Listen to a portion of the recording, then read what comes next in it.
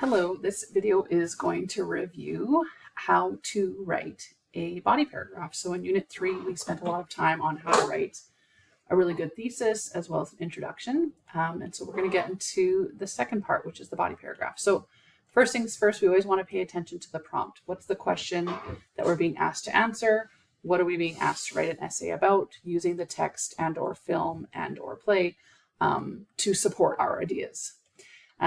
Second is the introduction. So again, if you need a review of this, go back to Unit 3 and the videos there if you need a refresher on that structure.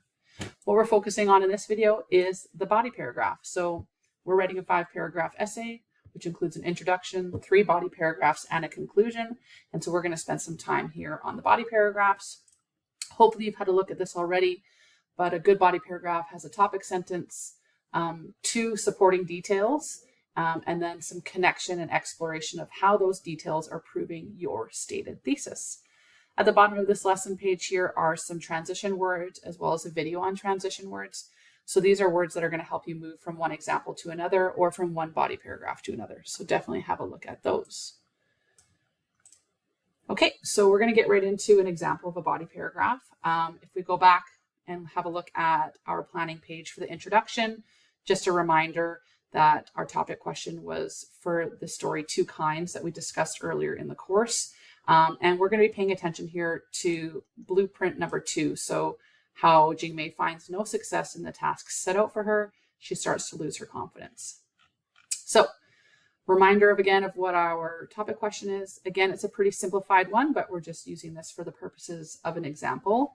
So discuss the ideas developed in Two Kinds about the ways in which relationships affect identity.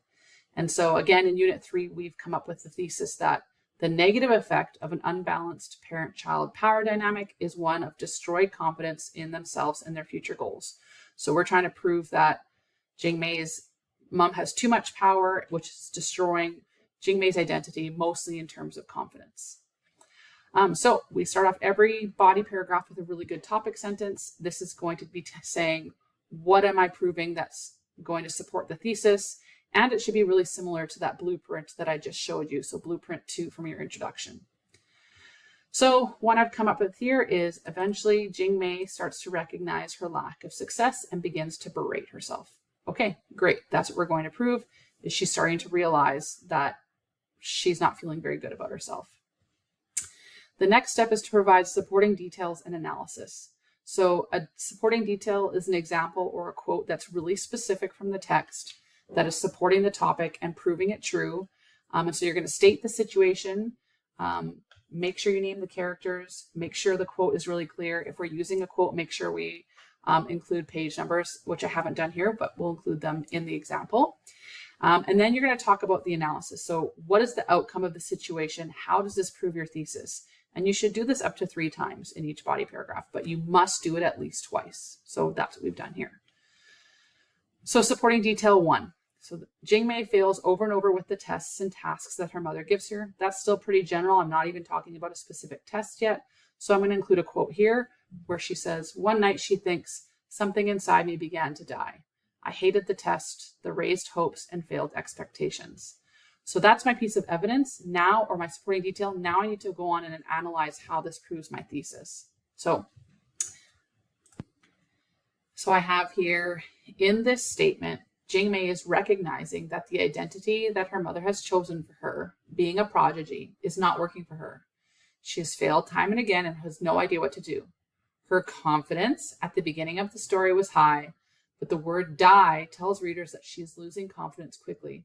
So you can see here that I'm connecting back to some of those ideas in the thesis, talking about the confidence and how she's losing it due to, failing her mother's expectations.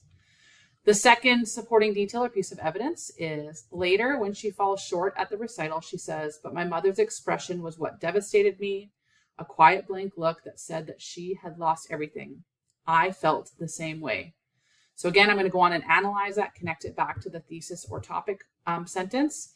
So it's clear here that Jingmei is lost and has no direction. She seems to have no confidence. See, I'm using that word here again, in who she is or what she could be. The piano was the last attempt at finding the identity her mother wanted for her, and she thinks she has failed completely. So We want to be careful that we're not being super repetitive in some of our language. Like, for example, shows is a word that students use often when they could use words like demonstrated or illustrated. But when we're talking about key words from the topic, it's okay to repeat those. You can find synonyms as well for those, but just know that it's okay to repeat those ones.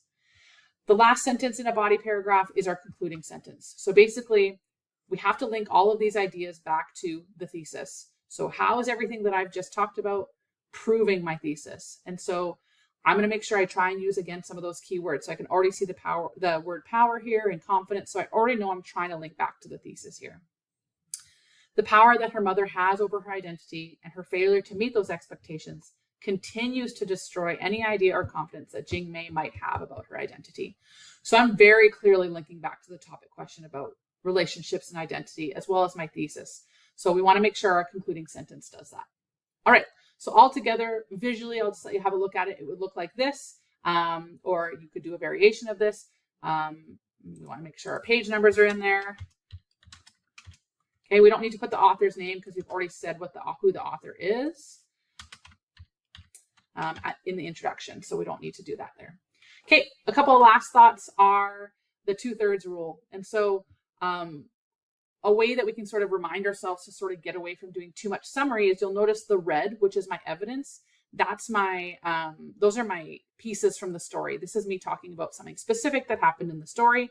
That's only about 1/3 of the whole paragraph. The other 2/3 is my analysis and connection to the topic. So if you were to look at your paragraph, you want to make sure we have that 2/3 balance. Make sure you review the do's and don'ts that are in this unit. What are some things we want to do? So things about what sort of pronouns should we be using? What types of language in terms of absolutes? We don't want to be saying things like always or never. So have another look at those. Make sure your essays don't contain that. And then a good little guiding thing. And again, some people can do less and some people can do more, but a really strong body paragraph is usually in the 8 to 12 sentence range. Okay, so that's a body paragraph and an example of it. If you have any questions or you need some clarity on some things, as always, reach out to an instructor.